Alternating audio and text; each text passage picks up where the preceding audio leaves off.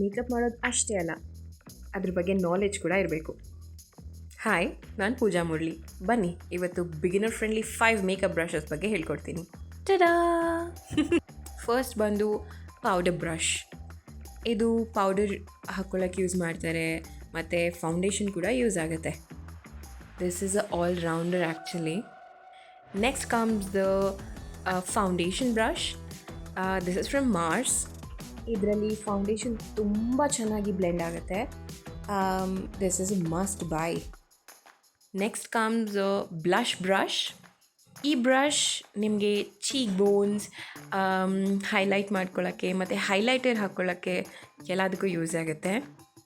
Next comes the eye shadow brush. ಇದು ನೀವು multi use ಮಾಡ್ಬೋದು as a concealer brush as well, but eye ಶ್ಯಾಡೋಗೆ ತುಂಬ ಚೆನ್ನಾಗಿ ಕೂರುತ್ತೆ. ಇದು ಆ್ಯಕ್ಚುಲ್ ಕನ್ಸೀಲರ್ ಬ್ರಷ್.